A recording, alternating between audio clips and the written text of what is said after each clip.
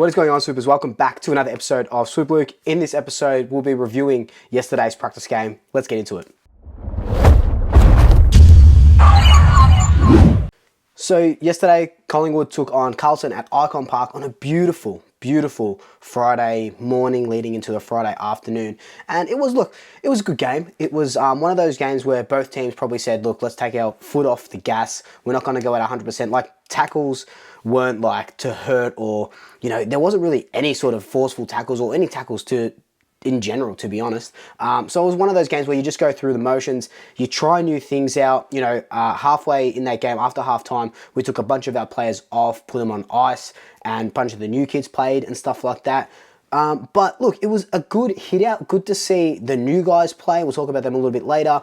Good to get back to the football. And as much as I shouldn't be saying this, I absolutely love Icon Park. I go there a lot for the AFLW games when the girls play there and stuff. But I love what they've done with their redevelopment. The ground looks amazing. They've got the trophies as soon as you walk in. And it kind of makes you a little bit jealous almost. Not because they've got 16 Premiership Cups and we've only got 15. Not because of that. Just because of the way it's so user-friendly or so fan-centric. Like, you walk in, club shop straight away, all the cups lined up. They've got their heritage jumpers, etc., etc. I feel like when you go into the AIA Vitality Centre, they're doing a redevelopment at the moment of it, but when you kind of go in, the shop is on the left straight away, which is cool, but then, you got to go to the right in, and then the cups and stuff, they're at the back corner. It just doesn't feel very fan-centric. Like, I would love the AIA Centre to be a hub where all Collingwood supporters get together a couple of hours before the game. We're all, mingling and stuff like that. We're putting money into the club, into the cafe and into the bar there, as opposed to, going to a pub or something and putting money into that pub. We generate more money for the pies, which is what we all want to do. You go have a shot before the game. You're looking at the Premiership trophies and stuff. Just a bit more flair, a bit more fun. I would love to see that a little bit more. Maybe that's what they're doing with the redevelopment. We'll see in, I don't know, a few months maybe when it's finished. Hopefully, that's exactly what's going to be. It's going to be a central hub for Collingwood supporters, and then to march to the MCG or wherever the hell we're playing, So that would be amazing. I would love that. But that's just aside from the fact that it was a football game yesterday. I just thought I'd mention that. So let's get into the football. Now, it was an unofficial practice match, so there wasn't a lot of statistics or anything to go on. So I can't tell you, like, Dacos had the most disposals, or Tom Mitchell had the most centre clearances, or anything sort of like that. You can only go on what you're seeing and stuff. And look, what I was seeing was really good at times. There's a lot of stuff to work on. The first quarter, we played very wide, I felt. Going up the wings a little bit more. The second quarter, and in that first quarter, Carlton really took over, and I think they were up by 12 points or something going into that second quarter. The second quarter was when we got back to Collingwood football. We kicked 5 on the trot, running through the centre. Transition footy was really good. We sort of hit our peak. Like, that was the 2022 Magpies come into play in that quarter. And you can see that by that 5 goals, keeping Carlton to, like, not many possessions. Like, there was a time where they probably weren't stringing more than 3 possessions together before we were there and moving that ball quickly. And that's what we love to see. The Carlton got a few back, but that second quarter is our sort of footy, which is good. They were changing up the midfield a lot. Tom Mitchell, I think I was reading the only stat that I could see on AFL Central, like, my boy just posted the best stats. Tom Mitchell was only in 36% of centre clearances. Lipinski was in there. Elliott was in there at times. Pendlebury was only in 16%.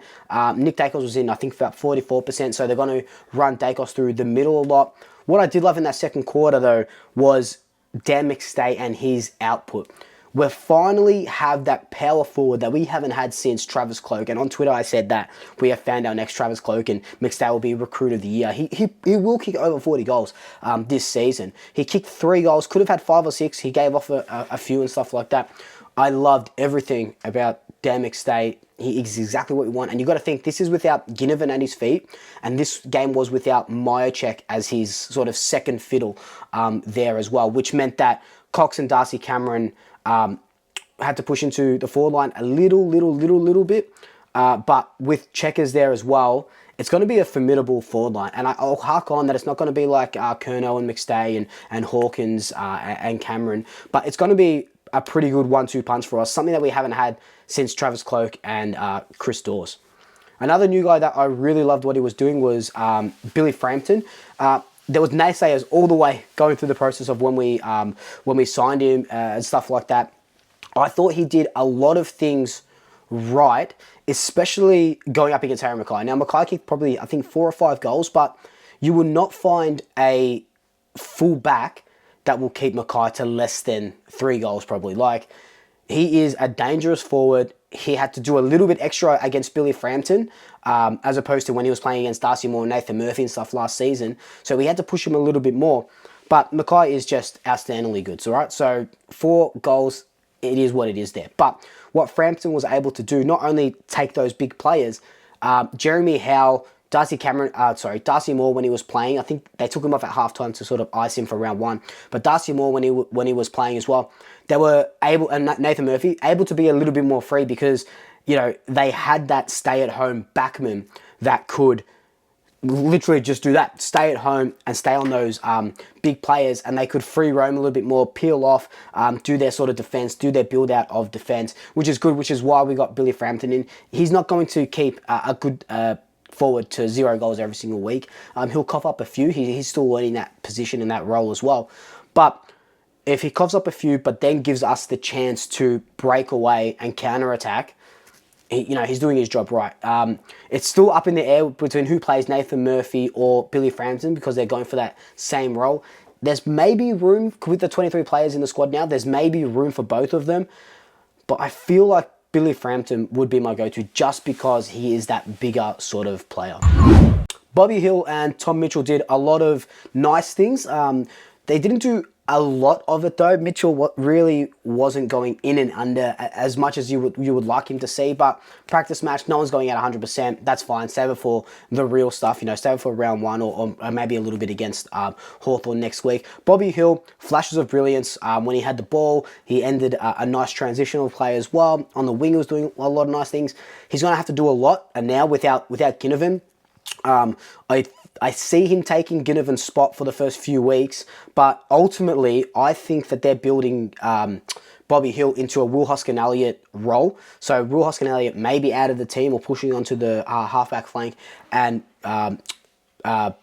Bobby Hill on that half forward line, pushing up and using his pace to sort of run back and create those chances, generate those chances, and then maybe pushing in deep. So I think that's his sort of role, but we're not really going to see probably until that Hawthorn game where you're really fine-tuning, because it'll be 2 weeks out from the real stuff. But with everything else, there is still a lot to work on. Look, I still think we're a great transitional side. We're only going to be better with Dan McStay, Tom Mitchell, and Frampton and stuff like that. Still have to work on our centre clearances. Just clearances in general has been our weakest spot for so long. I feel like going into this game as well, we didn't want to play our full hand because I said that it was sort of a gas, taking your foot off the gas sort of thing. I feel like Carlton had a lot more to prove, and I know Carlton supporters, if they're watching this, are probably going to come for me. But I'm pretty sure, and correct me if I'm wrong, anyone who's watching this, they played a full team throughout the whole game, I'm pretty sure, and they still only beat us by 2 goals. Not that winning matters in a bloody unofficial practice game, but I feel like they had a little bit more to prove on their, at Icon Park, at their home, first game against Collingwood there for forever. A little bit more to prove. We put a lot of players on ice in the second half, still able to sort of match it with them. Yes, they had more shots at goal, but it was so windy that you can't really take a lot out of it goal kicking wise because of the wind and stuff. So who knows what really would have happened at a round 1 game if it was us two. But I feel like they had a little bit more to prove, and they went on to eventually win the game. But look, in the end, a very good, clean, easy game. No injuries to report from what I could see, from what everyone's saying. I think Darcy Cameron went off with a little bit of a scare, but he came back on and he was all good. Other than that, it was just nice to see the boys back out there doing their thing, playing their trade. I can't wait for the Hawthorn game next week. I think that's on a Thursday in Tasmania. So if you're Tasmanian, get down there, watch the boys. And then in 20 days, it's going to be round 1 against Geelong. I'm so excited just for the football season to start again. And also the little live fan cams that me and Paulo did, Paulo from the Jumper Punch or Blue Abroad show, should be up in the next few days. I think on Tuesday that goes up, so that's going to be fun. That was awesome. Hi if you were there and watching me. Thank you for coming up as well. I was so nervous, and that'll probably come across on the screen as well. I was so nervous, but it was so much fun. But yeah, what were your thoughts on the game? What were your big takeaways? What do we need to improve on? What did we do well? Let me know down below. But until then, like, comment, subscribe, tell your family, tell your friends, tell your pets, and until next time, Double Shackers. I'll swoop you later.